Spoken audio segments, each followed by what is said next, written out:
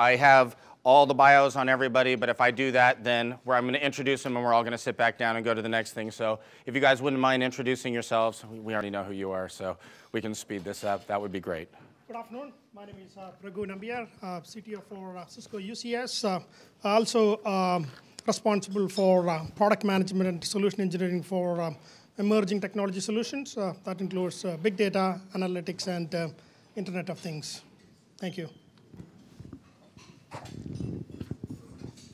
Good afternoon. My name is Dane Young. I've met with many of you on site at your locations, so I'm the Virtualization Practice Manager here at Intersys 360, cover all things Citrix, Microsoft, VMware, and our ecosystem of products that surround those technologies. Thank you.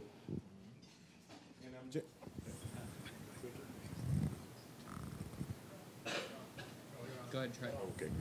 Hello? Yes. I'm Jeff Williams, and I'm one of the friendly enterprise technology architects at Hewlett-Packard Enterprise. We build infrastructures, the boring hardware stuff. But we've got a lot of experience working with partners such as Intersys, as well as our own ecosystem, and we're shifting, focusing on solutions and business outcomes. So I'm here to represent our product groups. All right, let's get this thing going. So, Raghu, there have been a lot of companies that have used a lift and shift approach to going to the public cloud. What are the issues with that, and how does a hybrid cloud DevOps approach help with that? And what is Cisco doing around outcome-based solutions to drive that thought process?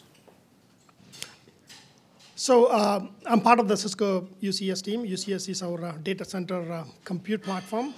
So we have been supporting a private cloud for applications from virtual desktop to traditional enterprise applications like Oracle, SQL, Oracle, Microsoft, SAP, and also emerging technology solutions like big data, analytics, and Internet of Things. So our platform is very designed for cloud deployments. And the private cloud is one aspect, right? And the public cloud is really a reality. Most of our customers are going to have a multi-cloud strategy. So we have announced our solution with Microsoft a few months ago. This morning, I don't know whether you have seen the announcement, Cisco is partnering with Google to provide hybrid cloud solution. Again, so we are here to provide best-in-class cloud solution for our customers. Okay. Very good. Anuj, you want to add to that? Sure. Yeah, so we see customers in a journey, right? In sort of the early emerging customers, they're moving things out to public cloud. They're trying it out. It is a lift and shift. They're seeing how to put stuff into Amazon, how to put stuff into Azure, and how that plays. Level 2, they get to this hybrid cloud where they're able to kind of migrate workloads around, right? And say, hey, where does my workload best live? And let's just be honest here. Nobody, if Microsoft drops their prices by 3 cents, nobody's lifting a bunch of stuff out and moving it to AWS, right? But primarily what we're seeing is once you get to that level of maturity, then you get to this idea called cost to serve, right? So for instance, I can put a workload into AWS, and I'm like, hey, that's costing me $10,000 a month. But if it's a website, an e-commerce website that's making me $100,000 a month, that's easy. That's an easy equation for me. If I go to an IT director today and said, hey, how much does it cost you to onboard a user? Watch their eyes glow and go back to their head and be like, I don't know, let me get back to you. And so this idea of cost to serve is very important. And LinkedIn does a very good job of this, by the way. LinkedIn knows for every profile that you put up, it's $17 a year. That includes their storage and their compute and their content distribution networks and all of that. And actually, Cisco's done a really good job, too. If you guys ever talk to Sidney Morgan from Cisco, he's the one who was responsible for consolidating the Cisco data centers. They have a very good idea internally of cost to serve and how to deliver that. And that's really sort of where you want to get to. A unified experience in hybrid cloud and this idea of cost to serve. But initially, you're going to start with lifting and shifting and seeing kind of how does AWS, how does Azure, how does my private cloud kind of work. Awesome.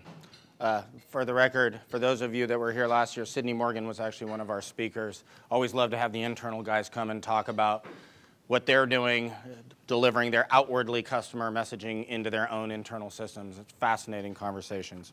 So, moving on. Jeff, many customers are now asking about how they do VDI in the cloud, public, private, what have you. How is HP approaching solving this problem? That's a good question. Everybody knows HP is a product company. We got a simple strategy this year. We're going to try and make hybrid IT simple. We're going to try and take advantage of this Internet of Things revolution.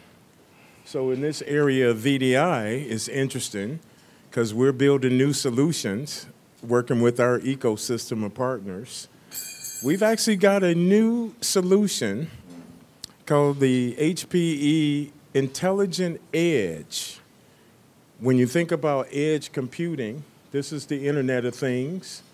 It's going to consist of some hardware, some software from Citrix, some software-defined storage from another of our partners, Atlantis, but it's going to allow customers to deliver not only secure desktops, but secure applications through the cloud or on-premise or in a hosted data center, and it's all managed from a cloud management platform. That's an interesting solution from an infrastructure hardware manufacturer, but that's actually one of the things that we're working with Citrix and Atlantis and Intersys 360 being one of our partners in implementation, Citrix thinking, knowledge, subject matter expertise. That whole ecosystem of us four partners are actually bringing that solution to market, and it's available today. Cool. Dane, or Mr. Young, or Dane Young. At Intersys, we have developed hybrid cloud, VDI, or digital workspace solutions. What challenges have customers faced, and how are we helping them overcome them? Sure. So obviously, we've been working with a lot of our customers in the area, and some of which have had cloud directives or strategies around cloud technologies, public cloud, private cloud, et cetera. And obviously, in the end-user computing space, one of the benefits that we've seen over the years is that your application performance improves dramatically when you move the execution of the applications closer to where the back-end applications actually reside. Whether it's a line of business application like Dynamics or SQL or whatever it may be, moving the execution environment into the data center, into the public cloud where the applications reside, gives you a boost in the user experience and the performance of that application. So we've worked with a number of different customers over the years who, many of which have ping-ponged or yo-yoed into public cloud and then back out again, kind of like the tier 2 like you were talking about, where they're evolving, they're figuring out what does that strategy look like. It's not all one or the other, but in a lot of cases it's both. And particularly from a Citrix perspective, they've made a lot of investments to enable us as integrators to more easily have those conversations with customers to be able to say, hey, I'm going to build your application constructs once, I'm going to build your images once, and then be able to take that portable image and be able to push it up to Amazon, be able to push it up to Azure, be able to push it onto a vSphere or Zen server platform. That ability is something that's really necessary because organizations are constantly lifting and shifting and moving the back-end applications. And so it's really important to be able to move the front-end execution of those applications as well, because if any of the technologists out there have ever had to go through like a VMDK to AMI conversion process for Amazon, you're probably going to blow your heads out every time you have to do that conversion, right? So having the technologies and the tool stack in the tool belt to be able to do those migrations of take an image that's built on-prem and move it off to another hypervisor, move it off to another cloud provider, that's really what's helpful for a lot of the organizations that we're working with, where the guys that are responsible for making the decisions or implementing the decisions aren't necessarily the ones that are picking, hey, we're going with Azure this week because Microsoft said they'd give us a sweet deal, and Amazon, yeah, we don't really care about them as much anymore. So that's kind of what we're seeing in the market. Okay, quick funny story. Many of you may wonder why we did it here and not on that beautiful Hornblower yacht out there. We tried that once upon a time, and it was a little bit later in the season. And let's just say we had a major storm that night, and then we weren't allowed to dock, and our customers got trapped on the boat, and like 10 people got seasick. So if you want to do that, do it with your own families, but there will never be one of our events that happened there.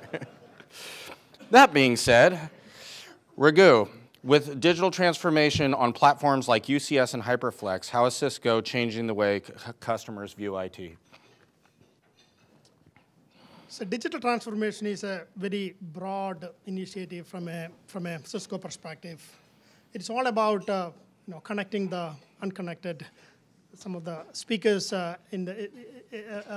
before the panel, they talked about IoT and the digital transformation. So there are two major drivers when you talk about digital transformation. One is connected devices. If you look at today, there are 25 billion connected devices. Okay, by 2020, you're talking about 50 billion connected devices. 6 billion smartphones by 2020. 220 million connected cars. That is the connected device aspect. Now let's look at the people aspect. Today there are 50% of the world population has internet access. By 2020, you're talking about 80% of the people connected to the internet. So when you connect the unconnected, the possibilities are endless. Let's look at education, for example. The classrooms will become digital. Connected health is going to transform the healthcare industry. Anuj talked about one of the examples in his presentation. Then the utilities, smart grid on one side and smart meters on the other side, benefiting both providers and customers. Industry 4.0 is pretty much transferring the manufacturing side. So the possibilities are endless. And from a partner perspective, you have opportunities at the edge to sell, edge routers, real-time analytics software, and hardware stacks at the edge. And also, like, data will move to the data center where you need a large amount of compute and storage, where you do historical analysis, build the models, and push the model to the edge. So from Cisco's perspective, we are looking at edge, enterprise, and the cloud for digitization or digital transformation. Awesome. Jeff, you want to weigh in on that from HP side? Yeah. This whole infrastructure building business has created some interesting perspectives from us in architecture. Starting out in engineering, the classic problem was, hey, we need you to solve rain, and we need you to solve it yesterday. But then you get into architecture and you think, well, wait a minute. We can solve rain. It's probably 2 of the different umbrella designs. It's probably eave overhangs, parkas, and all that. But what's important, who's getting wet? Because if it's like my wife with the $300 and $400 hairstyles, I need 2 umbrellas and an eave, and I need to drive the car up. But if it's my 13-year-old son who just got finished playing in the mud, we actually don't have to care. So when we're thinking about building infrastructures, it's swinging back to what are we using this stuff for? And how can we best make it most efficient? Because the whole IT world is now looked at as an area where if you're not helping us make money in the business, get out of the way. Because we saw the graphic, 60%, people can go around the folks that are supposed to take care of infrastructure and computer services. So how do we get a handle on that as IT professionals?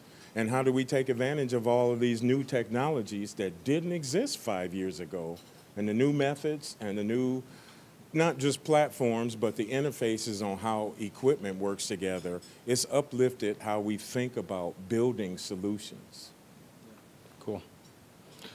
All right, Anuj, you're on the spot again. When we perform digital transformation workshops around DevOps, one of the biggest things, and this is good news for the IT people in the room, that we deal with is not issues with IT, but it's issues with organization and culture. How big of that is an issue? How much has to be addressed, and how do we deal with that? So that's generally the hardest thing. Humans are the hardest machines to upgrade. You got to upgrade them a couple of times too. They reject upgrades.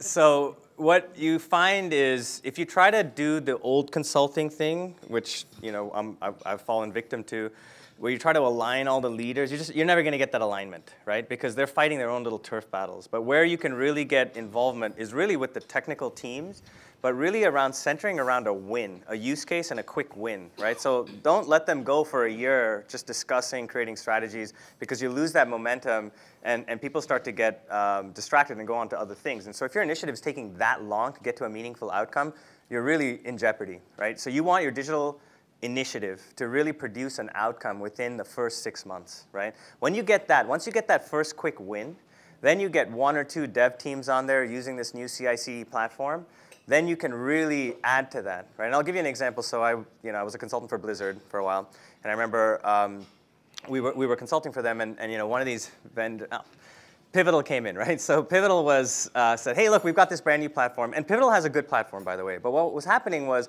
there's a bunch of sunk costs, right? We talked about that a little bit, sunk costs. So these folks have already built all their CI/CD pipelines and blah, blah, blah. And every time a developer would ask a question like, hey, we're using Jenkins, or I've got this Git thing over here, Pivotal would say, oh, yeah, you don't need that anymore.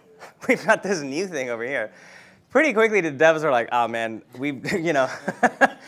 and you think about this, like, you can't go and tell Blizzard, like, here are better ways to build software. They've been building world-class software for the last 15 years. Yeah. But where you found when, I'm sorry, I forget, to Jeff's point, is like, what do these folks really need? What they needed was, so there was a challenge where, I don't know, somebody had hacked into the World of Warcraft and stolen characters and stuff like that. And they needed to come in on this big Patch Tuesday and make this change. And so developers show up, 10 a.m. early for developers, right? Making all their changes. And so they're compiling all their changes, and what was happening, they were getting stuck at the build farm. So these changes were queuing up to, like, change number 68, number 100. And so if these guys wanted to see their change, they couldn't go home until their change was made. So what they were doing is they were going and bribing the build team with, like, hey, here's tickets to a game, or here's beer. Like, take me up from number 68 to number 3. That's obviously bad behavior, right? So going back to that organizational change, that organizational behavior, it's really, where's that bottleneck? Can we solve that? Can we get that quick win? Once you have that quick win and you get people on there, then you gather momentum. And that's the best way to get that cultural change. Not force feed it down from top down, but really have people adopt because, hey, this is a better way to do things. So Raghu, you deal with tiny little projects like transforming smart cities, around the world and stuff like that. Do you see some of these same challenges, and how do you deal with that? Absolutely. I just got back from a trip from Asia, 1 week in China and 1 week in India. A lot of exciting things happening around the world on transforming the cities. Believe it or not, a lot of these challenges are not really technical. It is all dealing with laws and bureaucracy and things like that. But when it comes to an enterprise, I think there are 2 main things to consider. One is invest in people, okay, develop skills, especially the emerging platforms. Second thing is pick the right platform to run your application. These 2 things are going to be extremely critical. Awesome. Dane, based on what you have seen, or on what you have seen, are we ready, when appropriate, to put desktops in Azure or AWS? If so, what are the good use cases, and what are the things to look out for? So I would have answered this question 3 or 4 years ago the same way that I'm answering it now, and the answer is yes, absolutely, but it depends on the use case. So we had some customers that were early adopters when it came to public cloud. They were fighting a lot of those battles that came with the platform being very early, particularly as it related to deploying end-user computing products, Citrix technologies, NetScalers, all that gamut of stuff into public clouds. And the answer is yes, absolutely, but it depends on the use case. It depends on the application. So if the organization is very much aligned to an OpEx model, they want the benefits that come along with knowing that they can shut down services, or shut down different parts of the organization functions at any point in time and recoup some of those costs. That's certainly a good opportunity for public cloud. The others that we're seeing a lot more regularly now is for organizations that are more CapEx aligned. A lot of them are growing tired of buying duplicate infrastructure for DR sites and saying things like, what if I can use things like Azure Site Recovery or Veeam to back up my workloads into the public cloud and then be able to restore those workloads in the public cloud, but have my access infrastructure, my Citrix infrastructure also available in the public cloud, so that I have a landing point for those users to then connect to those workloads and get access to those applications.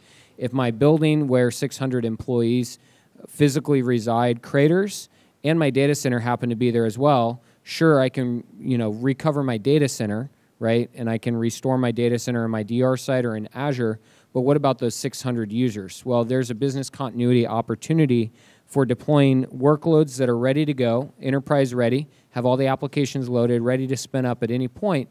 And in the event of a disaster and your users can't get to that physical office location, they would then have a workspace that's ready to go, ready to build, ready to be configured for their needs and their applications inside of that public cloud resource location. So we're seeing a lot of like burst capacity requirements where organizations need to burst for seasonality. Maybe they're in a retail environment and they have a 40% customer service increase during 4 months out of the year. That's a perfect opportunity to leverage public cloud for that, because then you don't have to pay for the infrastructure all year round.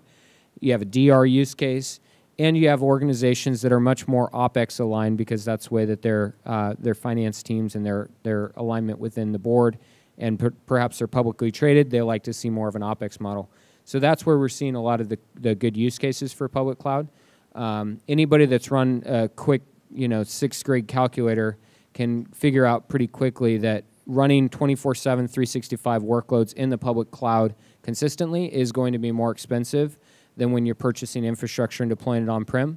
So that's where we say it really depends on the use case, it depends on the application, it depends on what is it exactly that you're trying to achieve, what are you trying to accomplish, and more importantly, making sure that you have a framework that allows you to have that any platform, any cloud strategy, and not being pigeonholed or decided upon you have to use this external provider when you need something that's off-site. Good answer. Okay, so final question before we move into the next phase of this. I personally, and I don't know where you, well, I know where some of you are on your cloud journey, but I have a large percentage of my customers that say we have a cloud-first initiative. And they've been saying that to me for several years.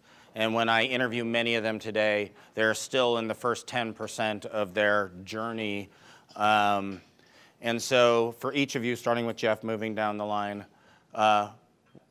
when do you think customers are really ready to accelerate their journey? And I don't mean public cloud. A cloud initiative is not this one entity thing. It's a many entity thing that is private, public, maybe multi-private, multi-public, a lot of different things. But even getting to that is a challenge. When is it that the lights come on and they're really ready to move? What is stopping them and what enables them? That's a good question. And from a perspective, when I started this whole computer thing, yeah, I was actually 16 and I was brilliant. 5 years ago? But the thing, I worked at IBM, and they were preaching this discipline around data center discipline and efficiency and how to basically get a group of people to agree on methods and procedures and processes in anticipation for a world that was going to be digital and automated. So if I think back there to now, well, the world is digital and we do have automation capability, but when a question gets posed around, do you think we're ready? The first place I'm going is the people and the processes. Do you have a method to catalog what you actually have, how it works, who uses it, who connects with it, and just a basic understanding of what we call herding cats? Do we know what the left hand is doing and the right hand is doing? Because we see challenges from IT now that businesses have risk and reward responsibility. We actually don't have to depend on IT if they're an inhibitor. So these are some of the challenges when you think we still got to support legacy applications, still got to keep the lights going. We're not going to HPE. Meg Whitman decided, let's split the company. What's the implication? Well, you have, say you have 200,000 employees, some real simple thing like going from jeffrey.q.williams@hp.com to jeffrey.q.williams@hpe.com. For 200,000 people, how long does that take? How many people? Do we have a method? And do we have a thinking in our executive team that values what we can do in technology? In 2017 and 2020, we've been hearing about DevOps methods from the software and development environment. Those tools are actually available for hardware building as well. Remember, this Internet of Things allows machines to build machines, but at the end of the day, it's still the innovation, this idea of people. Hey, this is a good idea. Can we take advantage of it? We're ready when we know as an executive team, whatever we want to do as a business, the supporting functions, IT and everybody, will allow us to actually make business decisions that aren't inhibited by technology or people or processes. You thought I was going to go to Yeah, you you next. said down the line. I think the time is now. The industry landscape is, changing really quickly. If you look at your partners and the customers, there are new competition emerging. So you have seen the kind of disruptions that Amazon caused in the retail sector, or Uber and Lyft in the transportation, and Airbnb in the hospitality. So I think time is now. Unlike in the past, traditional applications, we wrote the application and ran the application for 5 or 10 years. Now things are changing. Some of the applications have a life of like 1 day or a few days. So your infrastructure should be able to support that. So the private cloud is the way to go to optimize your infrastructure for applications. And again, public cloud is a reality. It is an opportunity in certain cases. It is a threat as well. The two things to consider. One is when you look at public cloud, are you really going to save money? Okay, or is it a OpEx versus CapEx discussion? So this is the number one consideration. Second thing is, cloud is not always standard-based. Okay, if you look at some of the data management platform that is available on public cloud, it is pretty much proprietary. So is your company's vision to invest in standard-based architectures, or proprietary is okay with you? So these are the two considerations that you have to factor in your public cloud decisions. Dan, you're holding the microphone. So you're next. So I think one of the biggest opportunities that we've seen is when we look at organizations that we've historically done work with, and maybe it's a virtualization initiative, maybe it's an end-user computing initiative, whatever it may be, the time that's invested into gaining that consent is pretty significant. And then if that team that's involved in gaining consent doesn't immediately start to see quick wins and start to see, hey, what we've actually invested time, what we've actually focused on here is actually making a difference to the business. Unfortunately, what often happens is that those initiatives fail, those initiatives stall. The people that are putting in the blood, sweat, and tears to actually make that thing happen lose interest because they're disheartened. And that disheartening affects their ability to deliver a quality service. So where I've seen the most success is with organizations that go at it from a perspective of a service definition. Defining what is that service that we're delivering to the stakeholders, how do we define that service, what are the technology components that make up that service, and then focusing on getting quick wins, focusing on quickly delivering value back to the business. Because just like us, we're, the term is value-added reseller, we're here to deliver value to you as clients, we're here to deliver value to the industry, and likewise, you're there to deliver value to your stakeholders. You're there to deliver value to the people that pay your salaries and pay for IT services to be delivered. And so if you're not delivering value, your stakeholders are going to lose trust in your ability to consistently deliver value down the road and in the future. So what I would encourage you is that when it comes to new initiatives, there's this expression, you could take whatever you're choosing, boil the ocean or eat an elephant, whichever one you prefer. But I would argue that a lot more of our organizations that we're working with that are very successful in these initiatives are ones that are taking an agile development methodology around the way that they're delivering services back to their organization. And this can come in the form of end-user computing and virtual desktops and application delivery and secure browsers and all of these different aspects. You don't need to spend 6 months evaluating all of those key stakeholders, identifying what those requirements are, identifying what those goals are, and then spending all that time up front to build a service that's now too late because you missed the ball. You missed the mark. You missed where that organization could receive that value and then deliver that value back out to their stakeholders, which your stakeholders are your employees or your staff members at your organization. Their stakeholders are their clients and their customers that ultimately they need to see value being delivered to. Otherwise, they're not doing their job. So it's all about following that value chain and figuring out how do we deliver the right amount of value and how do we do it quickly and with agile methodology and not the waterfall effect of we're going to go through 16 months of RFPs and get all these bids and all these responses, and then finally we might be able to deliver a proof of concept, which a lot of these technologies, if you're still doing proof of concepts, you're wasting your time because the technology is solid, the technology is mature. It's more about a technical evaluation to see how can we apply the technology to your organization. That's really what we should be focusing on. So with that, I think I've learned a lot from Manoj and his team.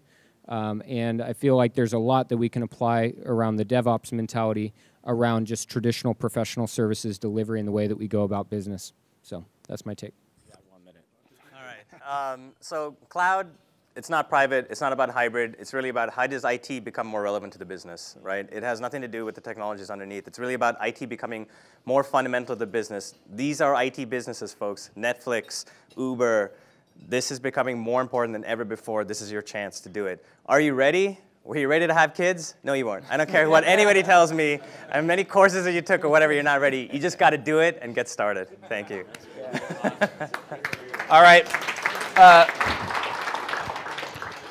These guys manage portfolios worth millions and billions of dollars. Obviously, they see great value in taking their time out to come here today to present to you. So, Raghu. Thank you. Manoj. Dane. Thank you, boss. Jeff, thank you very much for your time.